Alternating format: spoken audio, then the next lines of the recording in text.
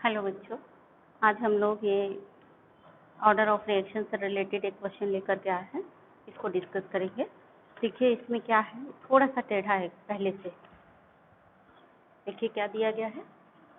In a reaction between A and B the initial rate of reaction R0 was measured for different initial concentrations of A and B as given below। ए का concentration, B का concentration R0 पहले जैसे table थी उससे different है। यहाँ experiment 1, experiment 2, experiment 3 कुछ ऐसा लिखा नहीं है और टेबल का फॉर्मेट भी चेंज हुआ है। ध्यान से देखिए, ये ए का कंसंट्रेशन दिया गया है इतना इतना इतना, यानी इसको हम मान लेते हैं कि फर्स्ट एक्सपेरिमेंट, इसको सेकंड एक्सपेरिमेंट और इसको थर्ड एक्सपेरिमेंट। ये बी का कंसंट्रेशन दिया गया है 3 कंडीशंस में और ये रेट दी गई है 3 कंडीशंस में। ठीक है, टेबल का फॉर्मेट चेंज हो गया और इसमें आपका थोड़ा सा टेबल से कोई फर्क नहीं पड़ेगा। टेबल चाहे ऐसी हो चाहे जैसे आप पहले करते हो वैसी हो, आपको अपना प्रोसीजर बस याद रखना है। ठीक है, हमको क्या करना है, what is the order of reaction with respect to A and B. A और बी के रेस्पेक्ट में ऑर्डर ऑफ रिएक्शन क्या है ये हमें निकालना है। ठीक है, तो हमने इनिशियल रेट मेथड से निकालना सीखा था, यानी हमने एक फॉर्मूला दोनों के रेट लो, दोनों कंडीशन में, यानी कंडीशन फर्स्ट का rate low divided by condition second का रेट लो, ऐसे करके हमने एक फॉर्मूला निकाल लिया था। तो फिर से वही करते हैं और अगर कभी कभी ऐसा होता कि फॉर्मूला ना निकले तो हम क्या करते हैं, वही पूरा दोनों का रेट लॉ लिख करके और डिवाइड कर देंगे। वो भी कर सकते हैं क्योंकि वो फॉर्मूला आया तो वहीं से है, रेट लॉ से आया है। तो चलिए देखते हैं, हम लोग लेते हैं ये कंडीशन और ये कंडीशन, मतलब कोई ऐसी कंडीशन देखेंगे जिसमें किसी एक का कंसंट्रेशन कांस्टेंट हुआ हो और एक का ना हुआ हो। तो जिसका कांस्टेंट हुआ है वो फॉर्मूले में से कट जाएगा और जिसका नहीं हुआ है उसकी ऑर्डर ऑफ रिएक्शन निकल आएगी ऐसे रेट लॉ में से। तो हम ये लेते हैं और ये लेते हैं, तो इसमें क्या हो रहा है देखिए, ए का कंसंट्रेशन फर्स्ट एक्सपेरिमेंट में 0.20 है, दूसरे में भी 0.20 है, मतलब ए का कंसंट्रेशन चेंज नहीं हुआ है और बी का कंसंट्रेशन यहाँ 0.30 है, यहाँ 0.10 है। तो बी का कंसंट्रेशन चेंज हो रहा है, तो हमारे पास आ गया फ्रॉम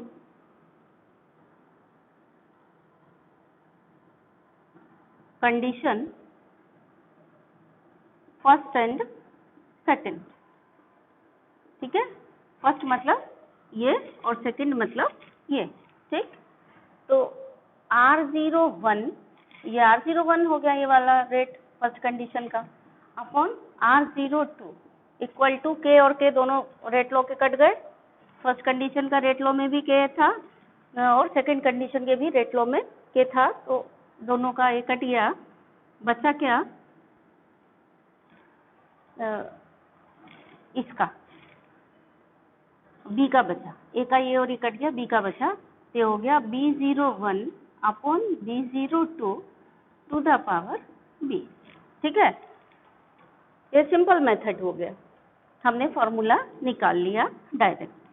अब R01 कितना है, 5.07 into 10 to the power -5 upon R02 कितना है 5.07 10 to the power -5 equal to B01 यहाँ पर कितना है 0.30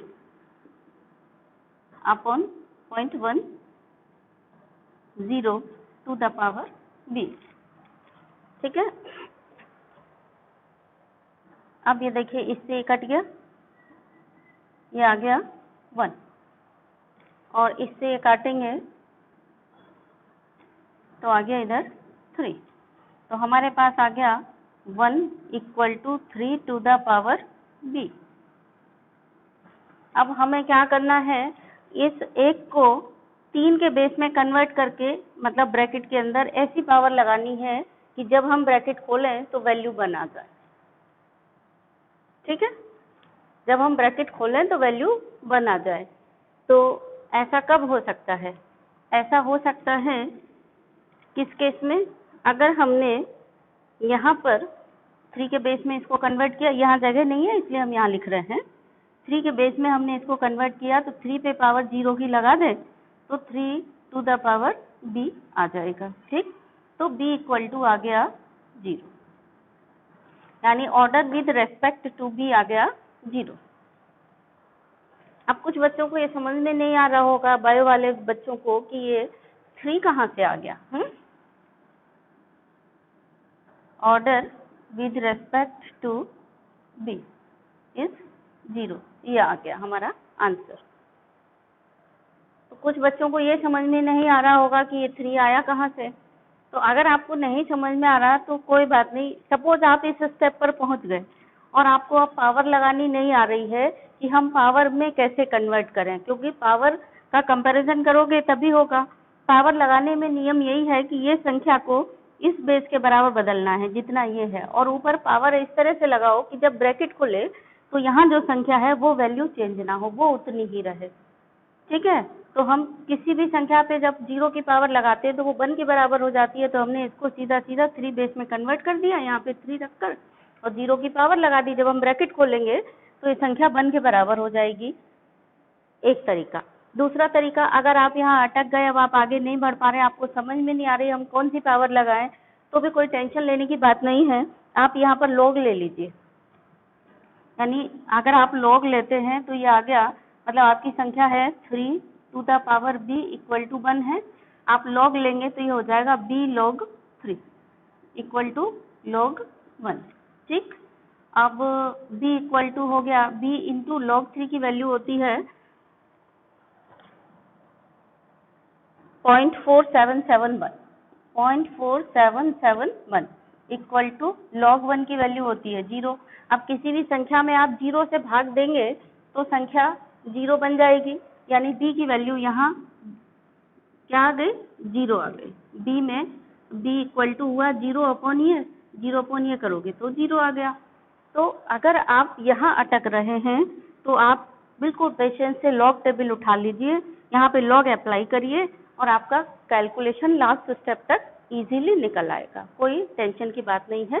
अगर आपको समझ आ रहा है कि हम ऐसे बेस में कन्वर्ट करके कर दें तो ये पावर हो जाएगी तो ठीक है, और अगर आपको नहीं समझ में आ रहा है तो आप फटाफट लॉग ले लीजिए दोनों तरफ का, और लॉग लेकर के जैसे हमने ये अभी किया। ठीक है, ये अल्टरनेटिव मेथड हो गया आपका फाइनल आंसर कैलकुलेट करने के लिए। ये देखिए, ये सीधे सीधे तो आप ऐसे निकाल सकते हो कि आपको पता है कि किसी भी संख्या में अगर हम 0 की पावर लगा दें तो वो संख्या 1 हो जाएगी, और अगर नहीं पता है तो अल्टरनेटिवली आप ये कर सकते हैं, सीधा सीधा क्या कर लेंगे, लॉग ले लीजिए और लॉग लेकर के आपका आंसर आ जाएगा। आप कहीं भी अटकेंगे नहीं, इनिशियल रेट मेथड में लॉग से भी आप पावर निकाल सकते हैं इजीली कैलकुलेट करके। अब अगर आपको ये समझ में नहीं आया कि ये फॉर्मूला कहाँ से आया, तो फर्स्ट मतलब कहानी ये है कि हमने मान लिया कि suppose order with respect to A is A and with respect to B is B, ऐसे मान लिया। इतना लंबा चौड़ा लिखते नहीं है, हम तो डायरेक्ट फॉर्मूला लगा करके लिखना है। सीबीएसई में ऐसे पूरा कहानी नहीं लिखना है आपको। अगर आपको नहीं समझ आया तो समझने के लिए समझ लीजिए बस। ठीक है, तो रेट लॉ फर्स्ट कंडीशन का क्या होगा, ये होगा rate equal to k into A to the power A into B to the power B, and दूसरी कंडीशन मतलब ये हो गया A01 और B01। दूसरी कंडीशन का हो गया k equal to A02 to the power A and B02 to the power B. अब हम ये है रेट 1 और ये है रेट 2, दूसरी कंडीशन की हो गई रेट 2। तो हम जब रेट 1 यानी R01 अपॉन R02 करेंगे तो हमारे पास आ गया क्या, के और के कैंसिल हो जाएंगे, के और के देखो के into A01 upon A02 to the power A के, और यहाँ आ गया B01 upon B02 to the power B. ये थोड़ा साफ सुथरा लिखते हैं। ठीक है, अब रिएक्शन कंडीशन में देखिए, क्योंकि A01 कुछ चेंज नहीं हुआ, जो है वही है, यानी A01 और A02 की वैल्यू सेम है, तो ये और ये कैंसिल हो गई, के और के कैंसिल हो गया। हमारे पास फॉर्मूला क्या बचा, R01 upon R02 equal to B01 B02 B। तो हमने ये फॉर्मूला यहाँ से उठा के डायरेक्ट रख दिया, ये सब कहानी नहीं रखी, कहानी लिखने की जरूरत नहीं है। आपको अगर समझ नहीं आ रहा है तो समझने के लिए ये अलग से नोट कर सकते हैं, ठीक। अब आइए नेक्स्ट, एक ए के टर्म में ऑर्डर ऑफ रिएक्शन निकल, बी के टर्म में निकल गई, अब हमें ए के टर्म में ऑर्डर ऑफ रिएक्शन निकालनी है। तो ए के टर्म में ऑर्डर ऑफ रिएक्शन निकालने के लिए हमको चाहिए कंडीशन 2 एंड 3, ठीक।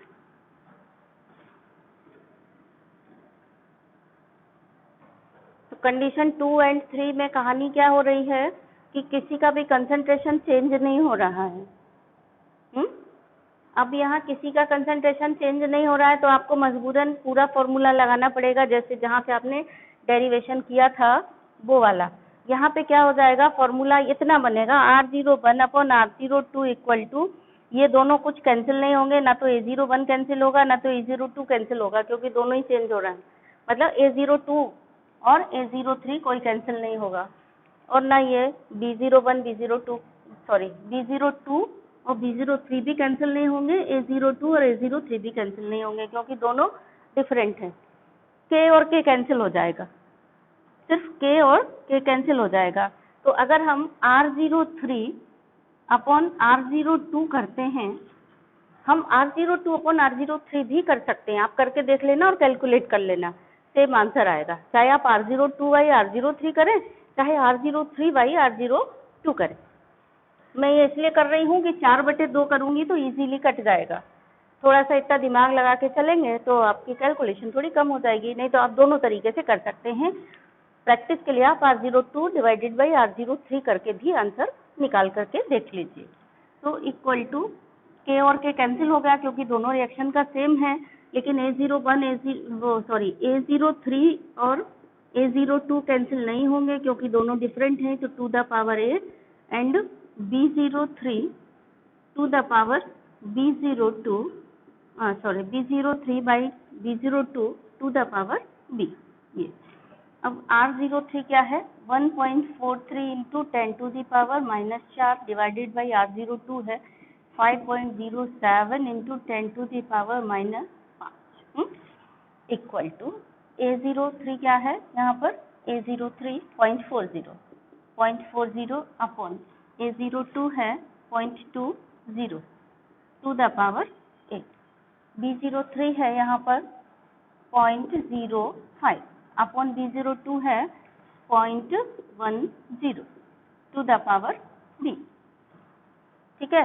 अब B का पावर हमें पता है, यानी B की वैल्यू हमें पता है, तो B की वैल्यू यहाँ पर रख देंगे। B की वैल्यू अभी आपने कितनी निकाली है, B की वैल्यू आपने 0 ऑर्डर निकाली है, तो 0 हम रख देंगे। तो देखिए B की 0 ऑर्डर निकाली तो ये पूरा टर्म 1 हो गया, 1 के बराबर हो गया। अब हमारे पास ये इक्वल टू ये रह गया क्योंकि ये पूरा टर्म हो गया 1 के बराबर।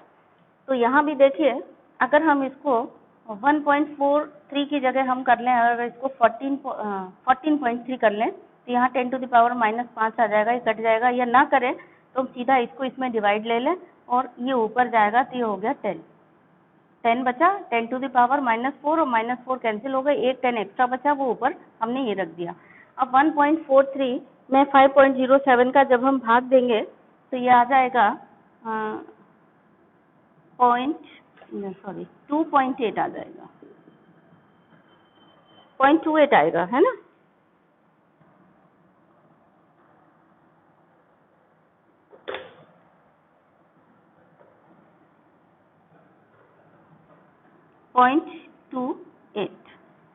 इक्वल टू ये आ गया 2 टू द पावर ए। अब ये 10 का इसमें मल्टीप्लाई करेंगे तो आ गया 2.8 इक्वल टू 2 द पावर ए। अब फिर वही समस्या आ गई अपनी, हम इसको 2 के बेस में चेंज करना है, मतलब संख्या ब्रैकेट के अंदर बंद करनी है। इसको इस हिसाब से बंद करो कि ब्रैकेट के अंदर 2 रहे और पावर इस तरह से लगाओ कि जब हम उसको कैलकुलेट करें यानी ब्रैकेट खोले तो संख्या फिर इसी में कन्वर्ट हो जाए। हमको नहीं समझ में आ रहा है, आपको भी नहीं समझ में आ रहा होगा, तो फिर क्या करना चाहिए, हमको लॉग ले लेना चाहिए। अगर हम लॉग लेते हैं तो ऐसा करते हैं, इस संख्या को इक्वल के इधर और इसको उधर ले जा करके बस कर लेते हैं, ठीक है। तो ये हमारा आ गया, मतलब हमारे पास संख्या है 2 to the power A equal to 2.8। अगर हम लॉग लेंगे तो ये हो गया a log 2, equal to log 2.8।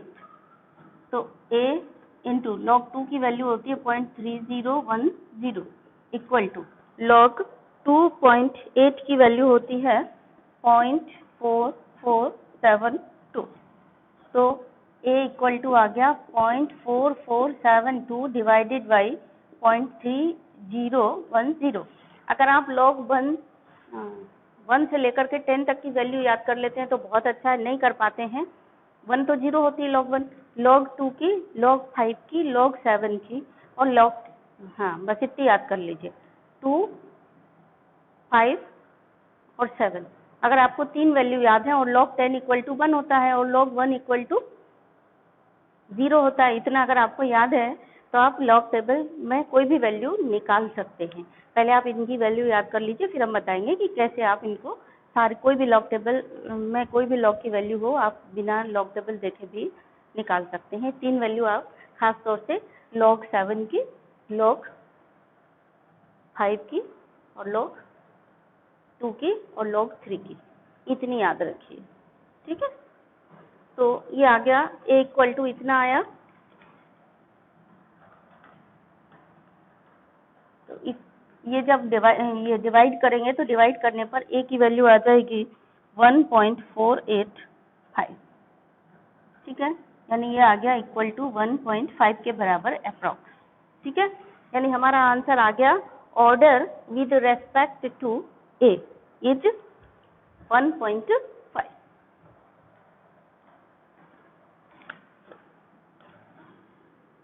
तो फाइनल जवाब हो गया order WRT with respect to concentration A is, यानी A रिएक्टेंट के रेस्पेक्ट में ऑर्डर हो गई 1.5 एंड ऑर्डर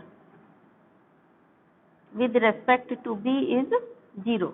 और अगर ओवरऑल ऑर्डर ऑफ रिएक्शन पूछा गया तो ओवरऑल ऑर्डर क्या होगी, ओवरऑल ऑर्डर होगी 1.5 प्लस 0, यानी ओवरऑल ऑर्डर ऑफ रिएक्शन भी 1.5 होगा, ठीक है। अब आपके लिए एक टास्क है, इसमें मतलब सेम वैल्यू रहने दीजिए और यहाँ पर एक वैल्यू चेंज करके लिख लीजिए। यहाँ पर आप लिख लीजिए 7.16 इंटू 10 टू द पावर -5, ठीक है।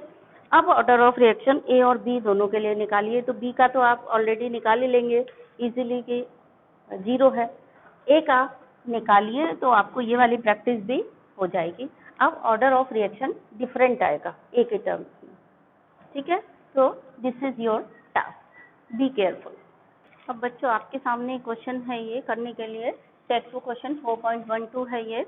देखिए इसमें क्या दिया है, the reaction between A and B is first order with respect to A and B, A and 0 order with respect to B, fill in the blanks in the following table।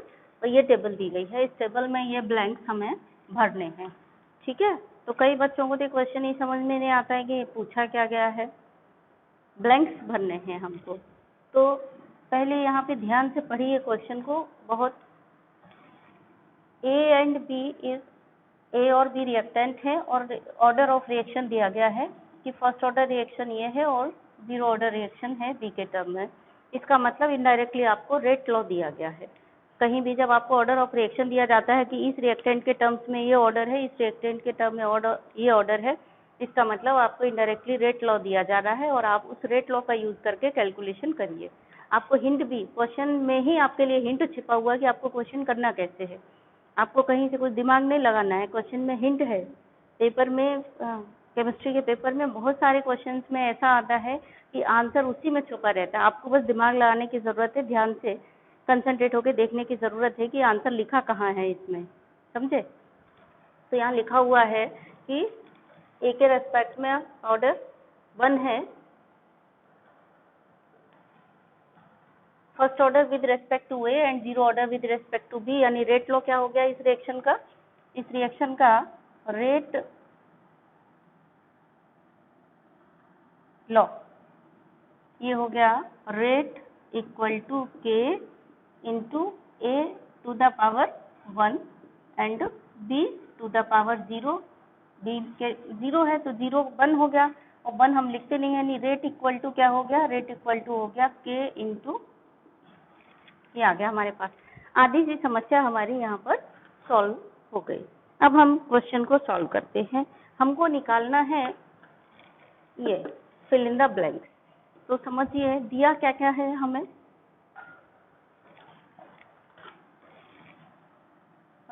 ए का concentration निकालना है, B का दिया है और rate दिया है। तो ए का कंसंट्रेशन हमें निकालना है और रेट हमें पता है, और बी के कंसंट्रेशन की ज़रूरत ही नहीं है इसमें, इस फॉर्मूले में। ए का कंसंट्रेशन निकालना है, रेट हमें दिया है, के पता नहीं है। अगर हमें किसी तरह से के पता चल जाए तो ए पता चल जाएगा। तो के कहाँ से पता चलेगा, ये देख लो फटाफट। फर्स्ट एक्सपेरिमेंट में तीनों वैल्यूज दी गई हैं, इसका मतलब इकाई के लिए दी गई है कि इनसे के निकाल लो। फटाफट के निकाल लीजिए। तो के कैसे निकालेंगे, एक्सपेरिमेंट 1 से। From experiment 1 rate equal to k into A, पता ही है आपको, तो सीधा सीधा निकाल लीजिए। रेट की जगह आप क्या रखेंगे, 2.0 into 10 to the power -2 and k निकालना है आपको। या फिर सीधा फॉर्मूला बना लो। के इक्वल टू क्या हुआ, के इक्वल टू हो गया रेट अपॉन ए का कंसंट्रेशन, इससे ही बना ये है।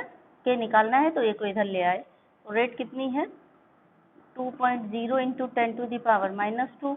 ए का कंसंट्रेशन कितना है, 0.1। तो कितना हो गया, पॉइंट हटाओगे तो हो गया 20 into 10 to the power -2, that is कितना हो गया, 0.2 हो गया। डोंट बी कंफ्यूज, पॉइंट हटेगा, अगर ये पॉइंट हटेगा तो ये पॉइंट हटेगा, तो ये 20 हो गया है। 20 इंटू 10 टू द पावर -2, ये हो गया के। अब के की यूनिट क्या होगी, रिएक्शन किस ऑर्डर की है, फर्स्ट ऑर्डर की है। फर्स्ट ऑर्डर के अकॉर्डिंग के की यूनिट होगी सेकंड इनवर्स।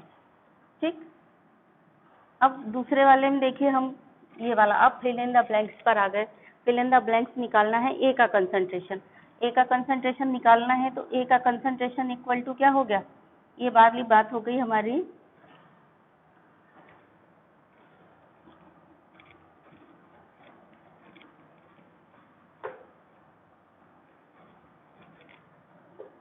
अब हम आ गए for experiment 2।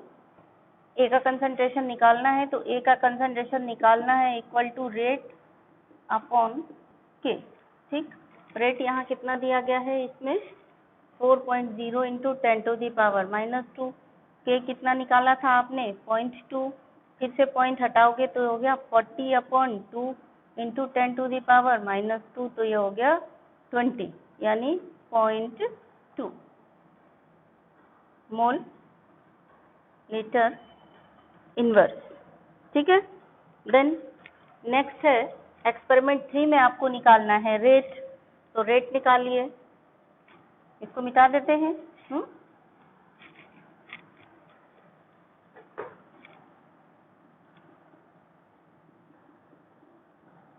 Rate equal to, ये भी फॉर्मूला है के कितना निकला था आपका 0.2 इंटू ए कितना है यहाँ पर, ए है 0.4। तो 0.4 में 0.2 का करेंगे तो 8, और पॉइंट इंटू 2 पॉइंट यानी 0.08। रेट का यूनिट क्या हो गया, मोल लीटर इनवर्स। ये ध्यान रखना, मिनट इनवर्स, सेकंड इनवर्स मत लिख देना, क्योंकि यहाँ पर यूनिट मिनट इनवर्स में दिया गया है।